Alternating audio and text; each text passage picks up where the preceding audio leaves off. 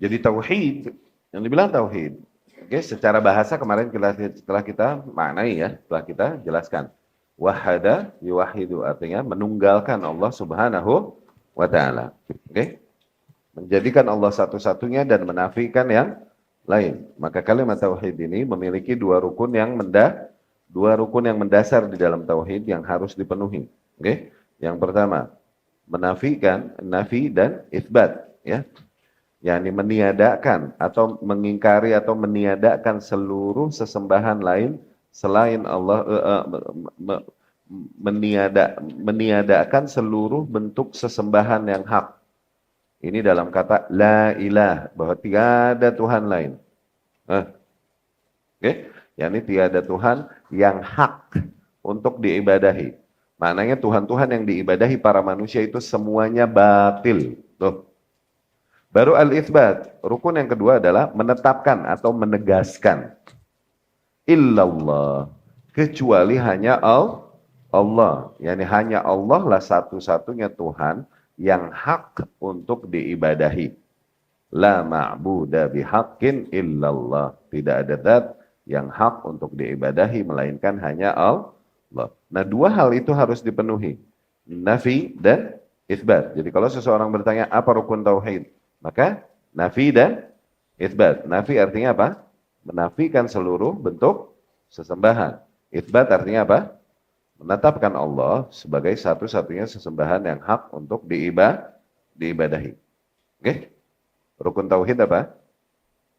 Nafi dan itsbat. Ya. Nah, dan ketahuilah, awas. Tauhid dibilang tauhid ketika seseorang meyakini dan menjadikan, menerapkan, di dalam kehidupannya, bahwa Allah lah satu-satunya zat yang hak untuk dia serahkan seluruh bentuk ibadahnya padanya. Tuh, seluruh bentuk ibadahnya, sholatnya, doanya, tawakalnya, rojaknya, khaufnya, semua hanya bagi Allah Subhanahu wa Ta'ala. Ini yang dibilang tauhid itu. Adapun seseorang yang meyakini, hanya meyakini, bahwa Allah lah Subhanahu wa Ta'ala zat yang paling berkuasa dan hanya Allah yang menciptakan alam semesta dan menjadikan apa yang ada. Allah lah zat yang menjadikan seluruh manfaat atau menimpakan semua bentuk madarat. Hanya sebatas meyakini itu saja, dia tidak dibilang bertauhid. Awas. Dia tidak disebut bertauhid. Kenapa? Karena kalaupun dia telah meyakini bahwa Allah lah semua tersebut yang memberikan rezeki, yang menyembuhkan, yang, tapi di sisi lain, kemudian dia memberikan sesembahannya, tuh, dia mengarahkan di antara bentuk ibadah-ibadahnya kepada hal lain selain Allah, maka pengakuan dan keyakinannya yang ini nggak cukup. Ini membatalkan tauhidnya. Dia terhitung dengan itu syirik. No. Kalaupun dia meyakini Allah lah yang. Tuh. Paham nggak? Nah, ini yang tidak dipahami oleh kebanyakan kaum muslimin awam. Sehingga mereka terjerumus ke dalam kesyirikan dan mereka bilang, dan mereka meyakini bahwa mereka masih bertauhid. Padahal demikian juga kesalahan yang sama yang ada pada kaum musyrikin terdahulu yang dihadapi oleh para utusan Allah, oleh Rasulullah juga sallallahu alaihi wasallam.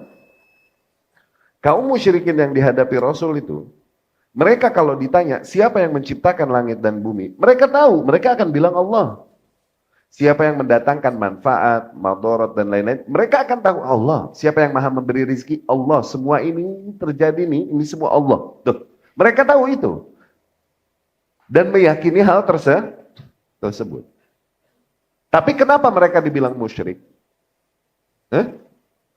Karena setelah mereka meyakini itu semua, ternyata mereka mengarahkan di antara bentuk ibadah-ibadahnya tuh kepada selain Allah, kepada wali-wali dan sunan-sunan yang mereka kenang dalam bentuk monumen-monumen yang mereka keramatkan. Bahasa kita berhala, monumen kan? Iya nggak? Dan ketika dikatakan pada mereka bahwa kalian kalau meyakini Allah begini-begini, tapi kalian masih minta kepada berhala ini, Oke, berarti kalian syirik. Mereka bilang, enggak, kita enggak syirik. Kan kita meyakini yang maha memberi rizki mah Allah. Ini mah hanya perantara antara kita dengan Allah subhanahu wa ta'ala. Yang menyampaikan hajat kita kepada Allah subhanahu wa ta'ala. Eta syirik, eta keneh. Paham nggak? Demikian mereka muslim, gue bilang muslim ya, kita tidak mengkafirkan, belum langsung mengkafirkan individu. Oke? Muslim yang pandai minta di kuburan. Oke? Ketika kita bilang sama mereka, yang maha memenuhi kebutuhan hamba tuh Allah. Kenapa nggak minta saja kepada Allah? Kenapa minta pada makhluk?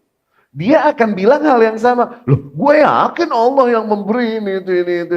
Ini mah cuma perantara antara gue sama Allah. Subhanallah. Sama kaum musyrikin dulu begitu, Jal. Konsep syiriknya tuh sama. Ngerti gak? Konsep syiriknya sama. Mereka bukan kaum yang meyakini bahwa tuh batu punya kekuatan. Enggak. Tuh batu yang mereka sembah punya kekuatan? Enggak. Mereka punya kadar intelijensi manusia yang cukup. Cuman mereka mengkeramatkannya dan menjadikannya perantara antara Allah Subhanahu wa ta'ala dengan diri mereka tuh. Paham nggak? Konsep kesyirikannya sama sebenarnya.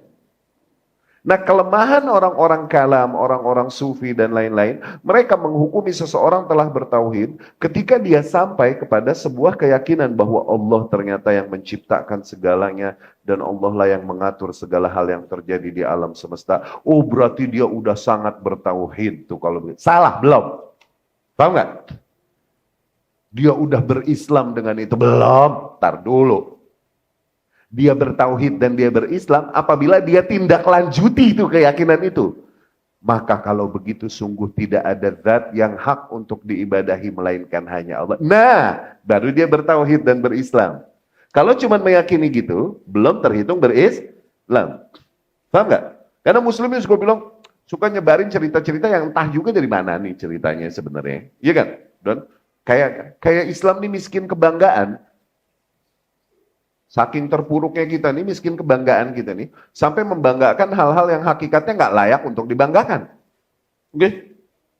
Katanya ada seorang profesor masuk Islam setelah memeriksa liur anjing. Katanya begitu. Hah? Gimana ceritanya, Jal? Iya, jadi dia memeriksa liur anjing ternyata mengandung bakteri-bakteri yang nggak bisa bersih kalau pakai teknologi sterilisasi apapun. Baru bisa bersih katanya kalau pakai tanah.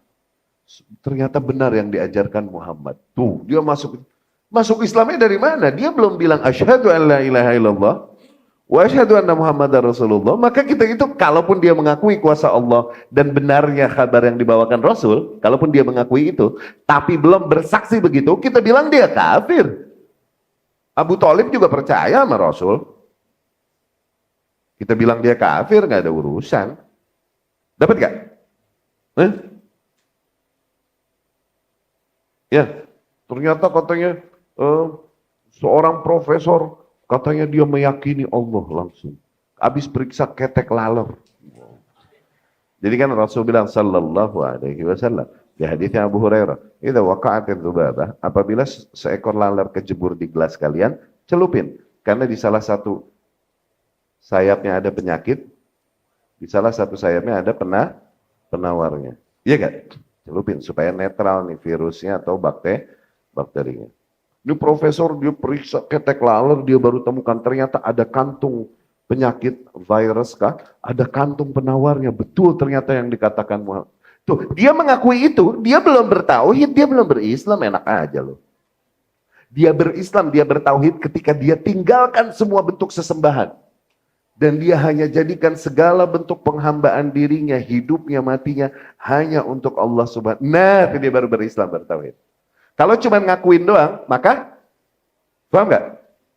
Apalagi udah ngakuin, demikian, kemudian dia mintanya masih kepada hal-hal lain yang tidak diajarkan, tidak ada keterangannya dari Allah, dari Rasulnya Sallallahu Alaihi Wasallam, pada apa yang diyakini oleh para manusia sebagai perantara-perantara, wasilah-wasilah.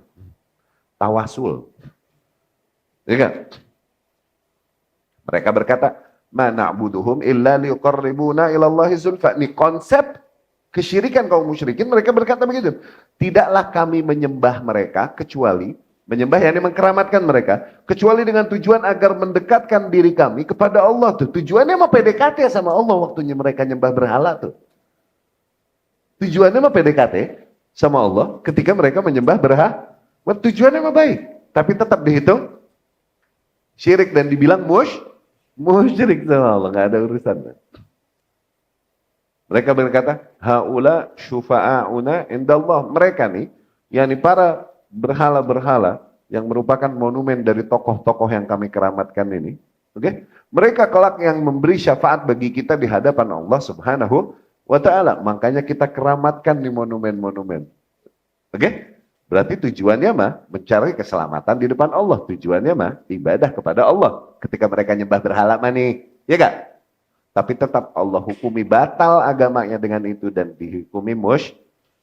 Mindset ini nih, konsep ini yang belum didapat sama umumnya kaum muslimin. Sehingga kita dapati kaum muslimin. Lidah mereka bersyahadat, badan mereka sholat. Tapi mereka ke tempat keramat atau ke orang pinter. Ke kuburan, ya nggak? Motong ayam cemani, ya nggak? Ayam merah atau ayam hitam. Dan mereka ketika kita itu syirik. Siapa bilang syirik? Aku meyakini kok Allah yang memberikanku rizki. Aku meyakini kok Allah yang memberikanku kesembuhan. Ini mah perantara aja, ikhtiar.